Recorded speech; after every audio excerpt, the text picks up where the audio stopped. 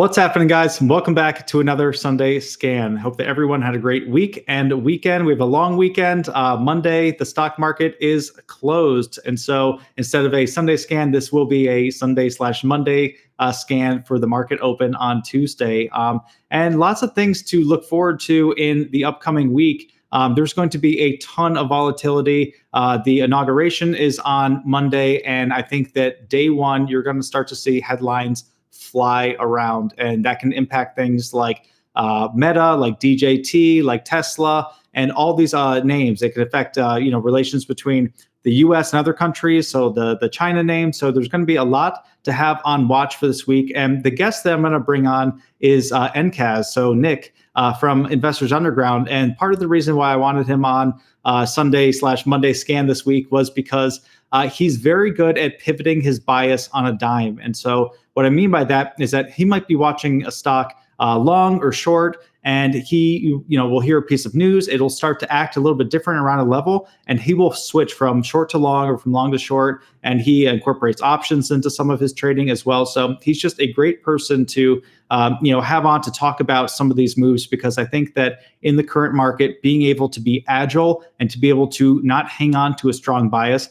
is going to be absolutely key. But to be able to react to these moves, to be able to just be fluid and to trade what the market is presenting as long as it falls into your wheelhouse. So we will have Nick on in a couple of minutes. And then another thing is we just had a great interview with Phil Godeker. It was just released. Anthony did a Trader's Journey episode with him. So make sure that you check that out on YouTube. And Phil talks about his 2024 reviews, his best trades, his style switching from more of a short bias to more long biased and options driven over the last couple of years. So you definitely want to check out that interview.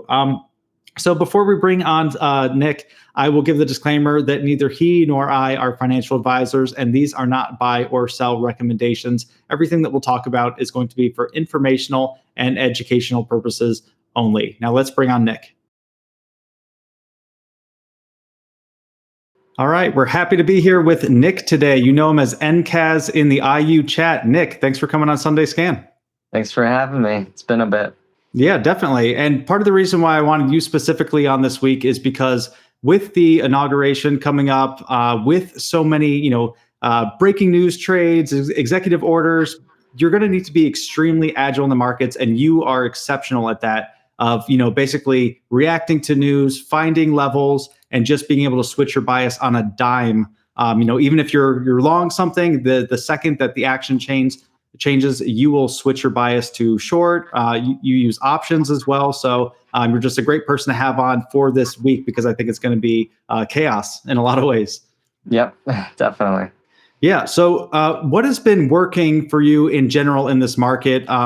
What are you looking for? What kind of trades have you been leaning into over the last, say, month or so? And then do you think that that's going to be similar to the next couple of weeks, or do you think the market's going to change up? I definitely think, the market's been a bit choppy as of late over the past couple of weeks. And, obviously for obvious reasons like the inauguration, and we recently had some economic data. So I think the market has a lot to absorb right now and translate. But we are coming up on earnings season. The inauguration's on Monday. So this week is definitely going to be filled with volatility, which is something that I definitely thrive on. So I'm looking forward to it. But, some of my, watches heading into this week will definitely be something like DJT, which, already had a pretty solid move from the beginning of this week. But I do think that we can see some continuation, especially with, this Trump coin craziness over the weekend. So it is possible that we get a nice gap up on Tuesday there. And I'd be looking to either join the trend or fade the news, so you got to be nimble in this market. And that's definitely something that I've found that's been working, is really staying nimble, is not developing too much of a bias, and in and out, and that's kind of my strategy. It's always kind of been my strategy, is I'm a very proactive trader, but I think in this market, it's been so beneficial because we're seeing a lot of pretty crazy moves. We're seeing a lot of, what I've noticed in this market is we'll see a lot of these like micro floats or even, small caps having these like really big moves, and then just completely dying off. And I think that that's a little bit of a different environment than what we saw in the past couple months, where we had a lot of these runners that just didn't look back, and you could have bought anything with your eyes closed pretty much and made money. Um, so I do think we're in a little bit of a more uncertain environment, especially when it comes to those types of plays. And you know, you can even see it in something like the recent quantum moves, right? So I'll pull up, you know, RGTI. I think is a good example.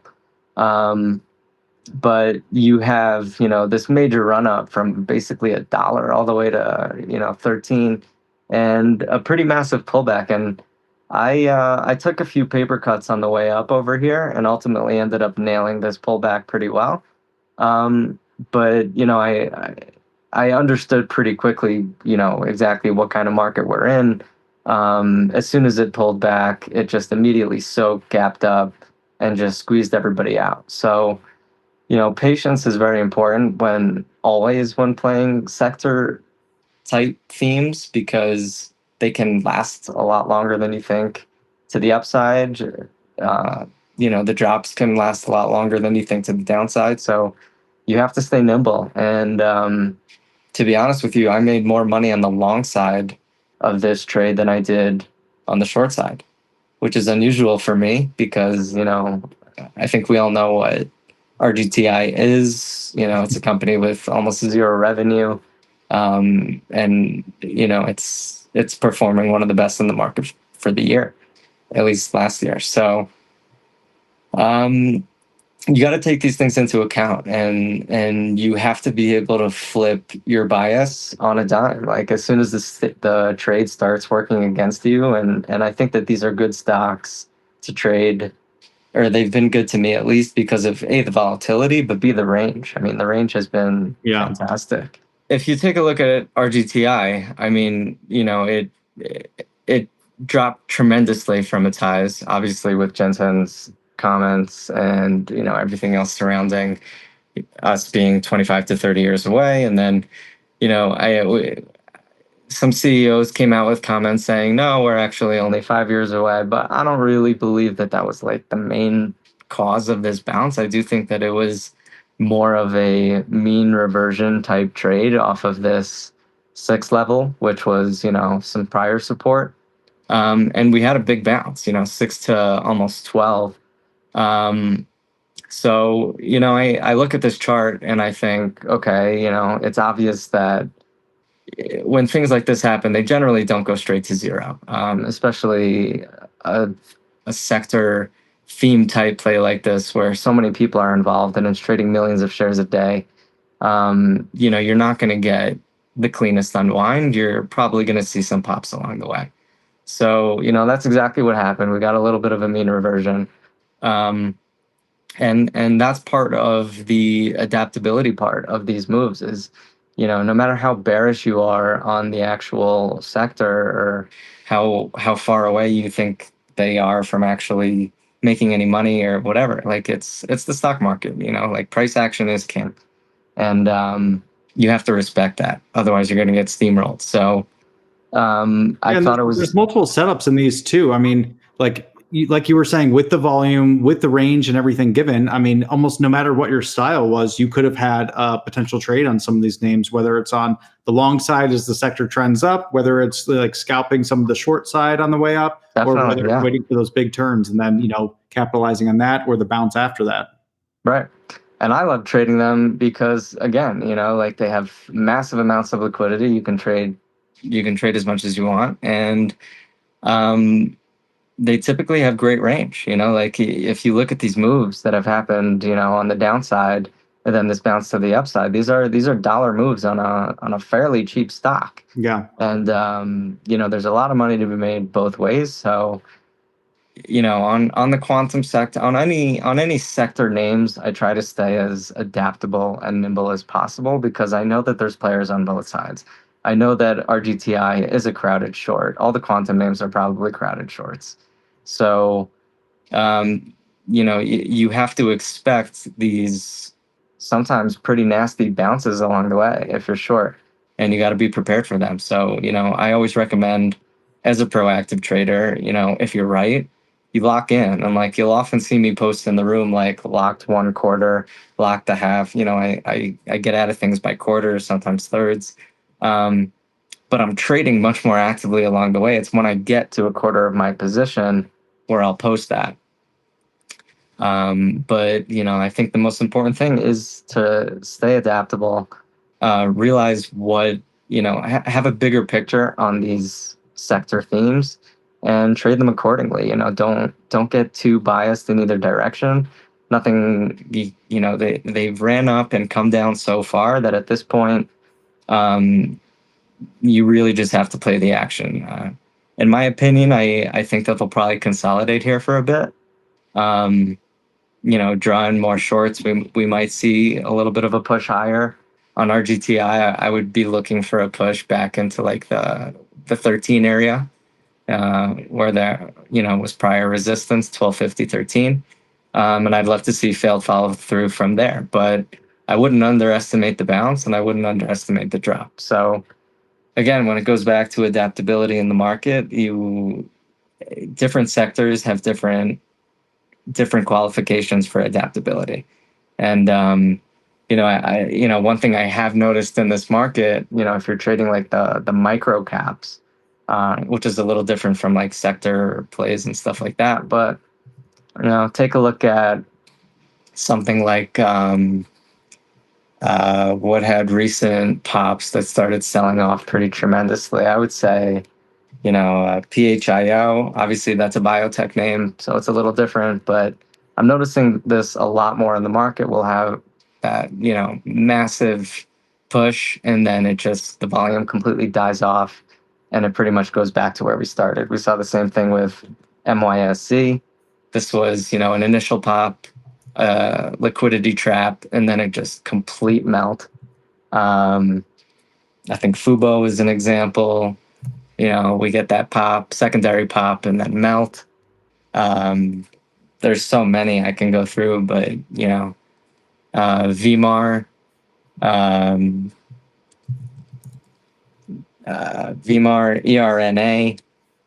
A lot of these names, have just gone straight up and then straight down. We have NUKK, had massive move all the way up to almost 80, and then just a complete meltdown to 15. So I do think we're in this market where things are not lasting as long. We're seeing a little bit of a turn, um, in how stocks are trading, and I don't see as much continuation as I was seeing in October, November. So that could be a sign, and it's definitely something that I'm keeping on watch. Yeah, definitely.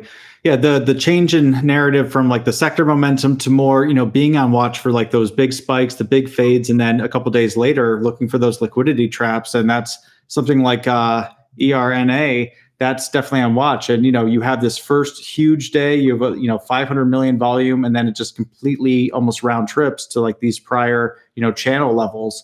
And then yeah, we'll see if on Tuesday or sometime next week you have the volume come back in, because even like a name like PHIO, you saw that, just like you were saying, that first big day, almost a huge round trip back to like the top of the channel levels. And then at some point, you had that big clear out or that liquidity trap. And Right. but if you look at that, that's a big move from the somewhere in the mid twos up to the mid fours. That's 450, yeah. 100% almost. So yeah, having these on watch for that first day, for the fade, and then also for that liquidity trap as that final cover comes in, that's huge.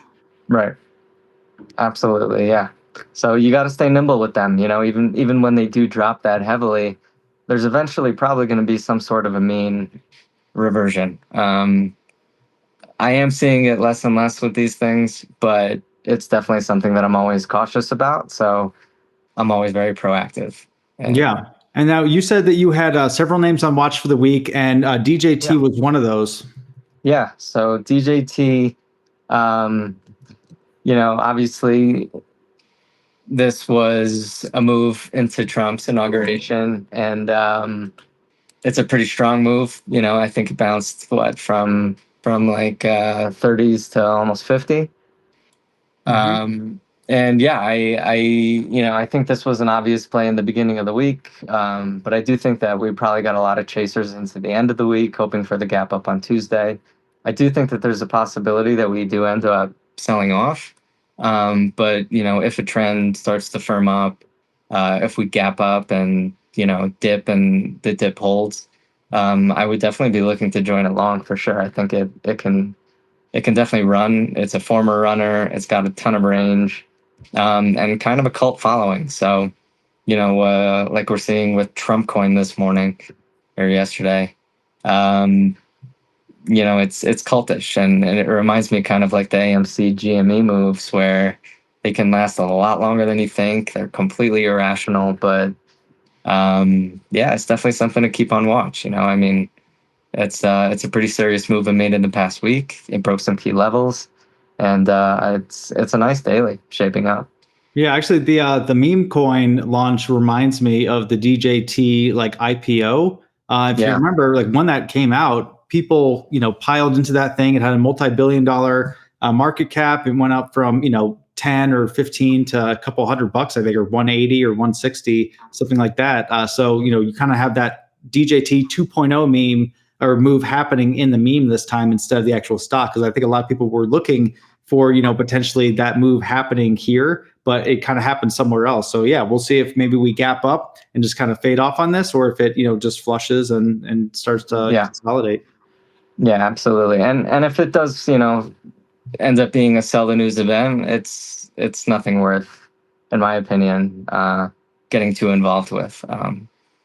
It did have a nice run this week, and if it's a sell the news event, I expect it to go back, Yeah, right to that like 3250 area. So great.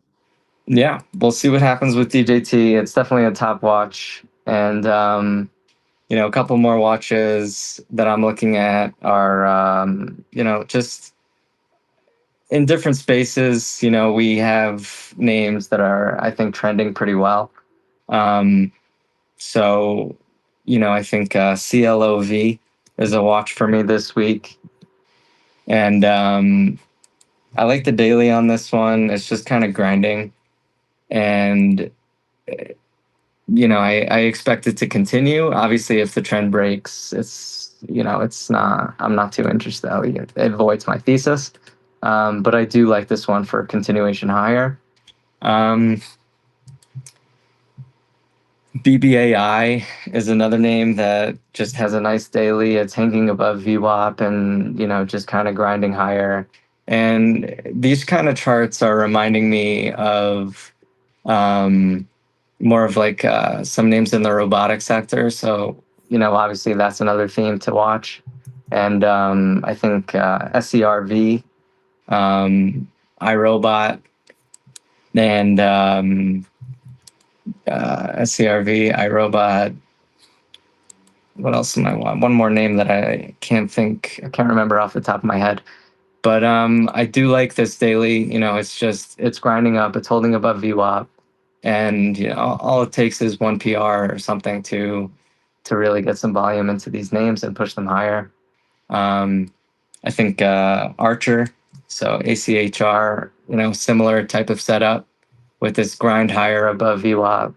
So these are names that I'm watching for long opportunities. I am mainly focused on the short side. So, if earnings don't come in as strong as expected, and we start to see some more market weakness, these aren't the names that I'd be looking to short. I'd be looking to short names like the quantum names. I think that would be an obvious pullback with the market. But I've been trading Palantir pretty actively. And, obviously, I think a lot of people know that this is overvalued, maybe not extended, but overvalued. And I know a lot of people are looking to short this. In my mind, it was a good short last week, 2 weeks ago when the market pulled a bit, and then it bounced again this week with the market. So when it comes to names like Palantir, Nvidia, stuff like that, like they really do trade well with the market. So I always have SPY open when I'm trading them. Um, and I find that there's a pretty strong correlation. So if the market decides to give it up and stay weak, I think Palantir is going to be my go-to. I would love to see this thing push back to about the 75 range where you can see there's been some congestion. And then obviously 80 is another big level, and then ultimately 85 has been the uh, the all-time high. So you have your levels to work on with this name, which I like a lot. I think this was a really tough short for a long time just because it was just grinding straight up. But once the stock comes in like that, it's much easier to trade now because you have levels to risk off of. So, if I'm looking to trade this on Tuesday short, I'd be looking to trade this against 75, and I'd be looking to cut it above that level because, that's prior resistance. And I'm not looking to fight something like Palantir with such a strong trend. So I do think that there could be downside potential, but the market would definitely have to agree. Um, so those are the things that I look for when trading those types of names. Excellent. Yeah, and I have a lot of the same names on watch. A couple that I think will be key to watch with the inauguration, with Yeah, the executive orders that are going to be coming. And I think that's really what the market's anticipating or on its toes about.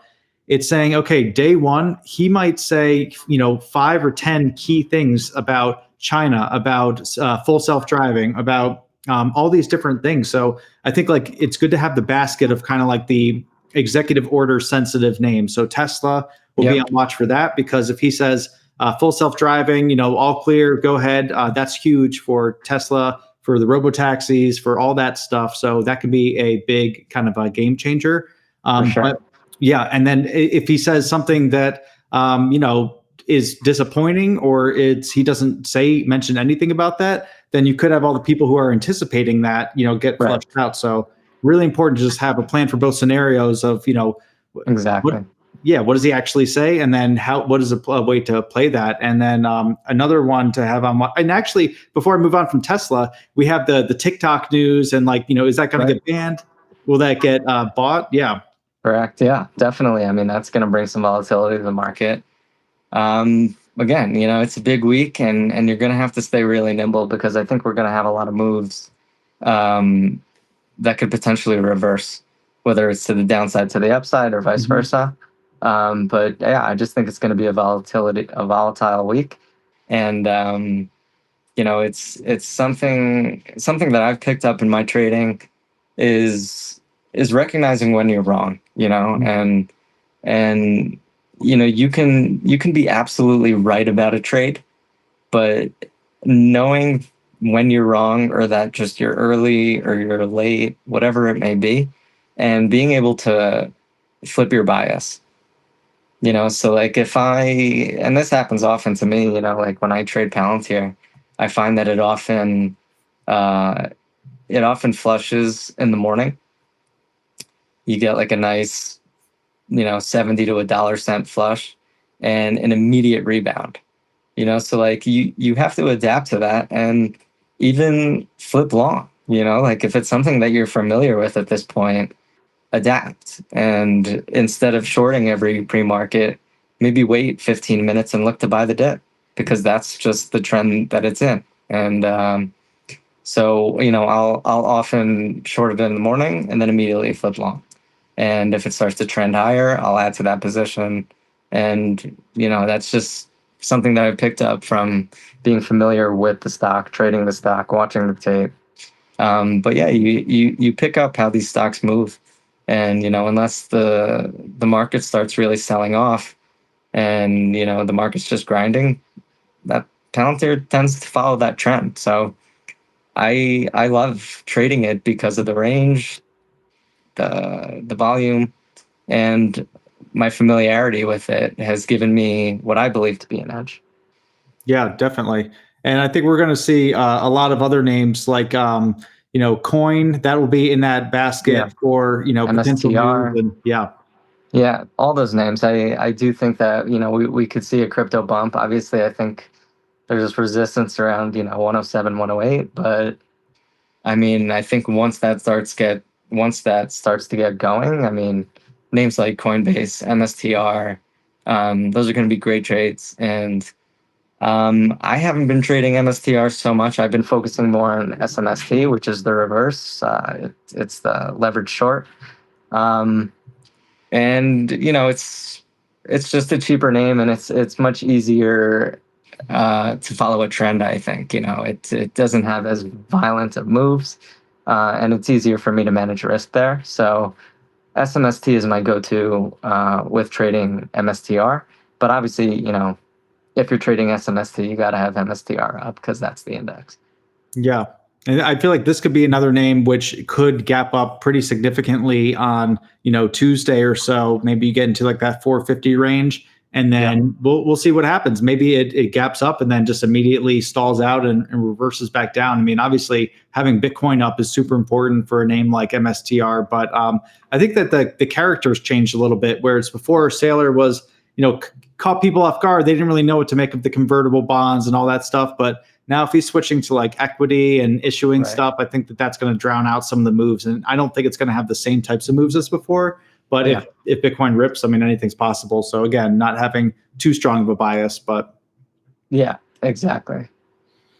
yeah. And then I think, with the TikTok news, Meta's going to have to be on watch for sure. That'll be Yeah. another like executive order, like lookout name, because I think the current thinking is that Trump's going to extend the TikTok thing by 90 days. And so, Meta could, start to run on that. It could start to pull back on that. But this will be another name to definitely have on watch for the week. And then actually something that popped up on my radar on Friday was the China names again. Yeah. And I think, you obviously had the stimulus, the huge unwind. And then I think as people saw Trump going into office, anticipating the tariffs and everything like that, they got so sold off in anticipation of this that they were forming a fairly strong kind of base. And then, there was news that like the phone call between Trump and President Xi in China Yeah. went well. Yeah. So Right. I think that caught some people off guard, and you had a nice ramp in the China names. But again, this will be another executive order type of name to have on watch. Definitely.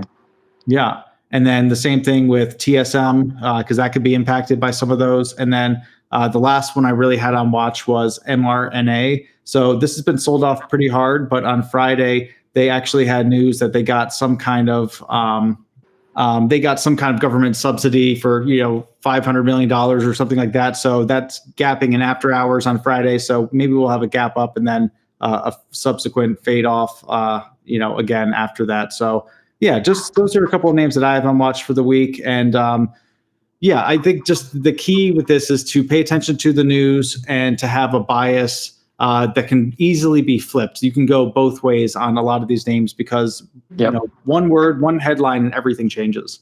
Yeah, and there's enough range that if you get caught up with size, it's simply not worth it. So staying nimble has what I found to be working the best in this market. And just as soon as you're wrong, you get out. You can always re-enter, but just don't have too much of a bias because some of these names have been making absolutely nonsensical moves, and if you're trying to nail every one of them, all it takes is one, for you to get bent. So, you really have to have your guard up when trading these things because that everybody's trading them.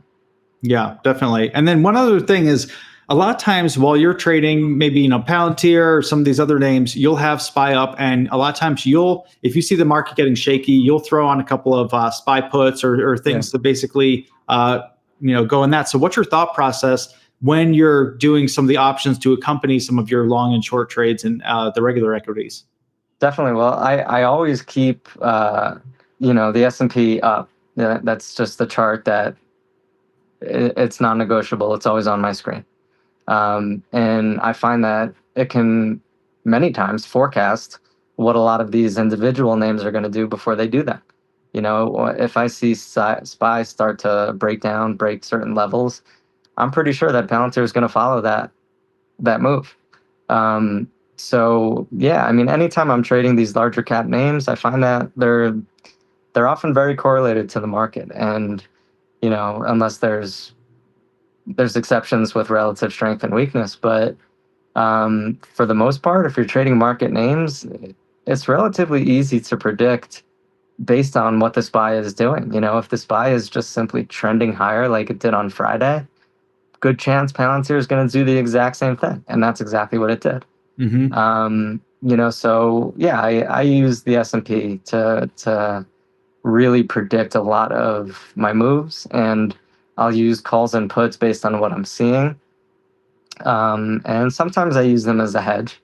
You know, like if I feel like I'm oversized Palantir short and I'm a little uncomfortable with the way the market's acting, I'll pick up some SPY calls just in case.